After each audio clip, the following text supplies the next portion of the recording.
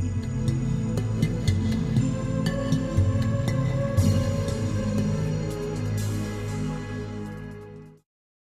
اللہ الرحمن الرحیم۔ قرآن مجید کے حوالے سے جس غلط فہمی کو آج ہم نے زیر بحث لانا ہے وہ سورہ قاریہ کے پڑھنے کے فضائل سے متعلق روایات کے بارے میں ہے۔ دو روایات ہمیں ایسی ملتی ہیں جو یہ بتاتی ہیں کہ سورہ قاریہ کو پڑھنے کے نتیجے میں پڑھنے والے کو ایک خاص طرح کے کچھ فضائل ہیں جو حاصل ہوں گے۔ میں آپ کے سامنے وہ دونوں روایتیں پیش کیے دیتا ہوں۔ پہلی روایت جو ہے وہ الوسیط میں ہے جو کہ الواحدی کی تفسیر ہے، اور یہ ابی بن کعب رضی اللہ عنہ رپورٹ کرتے ہیں نبی صلی اللہ علیہ وسلم سے، اور اس کے الفاظ یہ ہیں کہ من قرأ سورۃ القاریہ ثقل اللہ بہا میزانہ یوم القیامہ، یعنی جس کس نے بھی سورہ قاریہ کی تلاوت کی، اللہ تعالیٰ اس تلاوت کے بدلے میں، اس کے نتیجے میں اس کی جو میزان ہے قیامت کے دن سے بھاری کر دیں گے۔ یہ وہ روایت ہے کہ جو الوسیط میں بیان ہوئی ہے۔ جہاں تک دوسری روایت کا تعلق ہے، یہ ابن الجوزی کی العلل المتناہیہ میں بیان ہوئی ہے، اور جو اس کے یہ عبداللہ ابن مسعود سے ہے، وہ نبی صلی اللہ علیہ وسلم سے روایت کرتے ہیں، اور نبی صلی اللہ علیہ وسلم کے جو الفاظ ہیں وہ یہ ہیں، من قرأ سورۃ القاریہ فی کل لیلۃ لم تصبہ فاقہ، یعنی اس کا مطلب یہ ہے کہ جو شخص بھی رات کے وقت، یعنی ہر رات کے وقت سورہ قاریہ کی تلاوت کرے گا اس کو کبھی فاقہ نہیں ہوگا، فاقے سے محفوظ رہے گا۔ ان دونوں روایات کے بارے میں جو ہمارے ہاں محدثین اور اہل رجال کے اقوال موجود ہیں، اس کے نتیجے میں یہ دونوں جو روایتیں ہیں ناقابل اعتبار ہیں اور بالکل مجروح روایتیں ہیں۔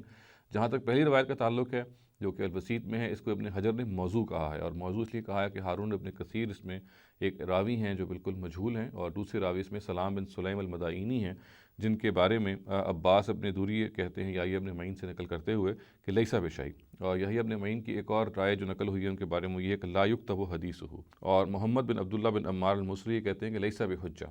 یہ سلام بن سلیم المدائینی کے بارے میں یہ اقوال ہیں، اور ابراہیم بن یعقوب الجزجانی یہ کہتے ہیں کہ غیر ثقہ۔ اسی طرح سے ابو زرع اور ابو حاتم یہ کہتے ہیں کہ یہ ضعیف ہے، اور امام بخاری اس کہتے ہیں کہ ان کو ترک کر دیا گیا ہے، اتھارٹیز نے ان کو ترک کر دیا ہے، اور امام نسائی بھی ان کو متروک کہتے ہیں، اور ایک اور جگہ ان کے الفاظ یہ ہیں کہ لیسا بثقہ ولا یکتب حدیثہ، یعنی وہ ریلائبل نہیں ہے اور ان کی روایتیں درج نہیں کی جاتی۔ ابو القاسم البغوی یہ کہتے ہیں کہ ضعیف الحدیث جداً، یعنی حدیث کے معاملات میں نہایت کمزور ہیں، اور عبد الرحمن بن یوسف بن خراش یہ کہتے ہیں کہ یہ متروک ہے، اور دوسری جگہوں پہ ایک جگہ پہ ان کا قول یہ ہے کہ کذاب، یہ جھوٹے آدمی ہیں، تو روایتیں گھڑتے ہیں، تو اس کی وجہ سے یہ جو روایت الوسیط میں نقل ہوئی ہے بالکل ناقابل اعتبار ہے، اور جیسا کہ میں نے عرض کیا کہ ابن حجر یہ کہتے ہیں کہ یہ موضوع یعنی گھڑی ہوئی روایت ہے، اور گھڑی ہوئی روایتوں کے بارے میں ظاہر ہے کہ ہمیں معلوم ہے کہ ان کی کوئی بنیاد نہیں ہوتی۔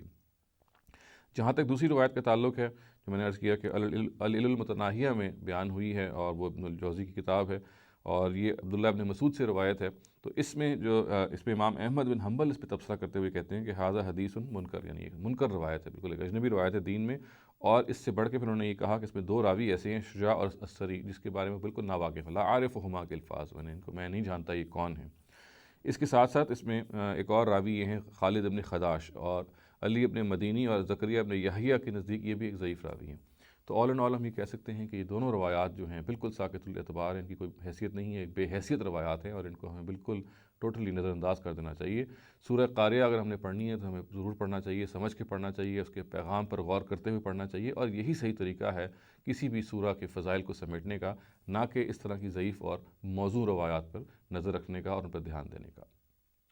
اقول قولی ھذا واستغفر اللہ لی ولکم ولسائر المسلمین والمسلمات۔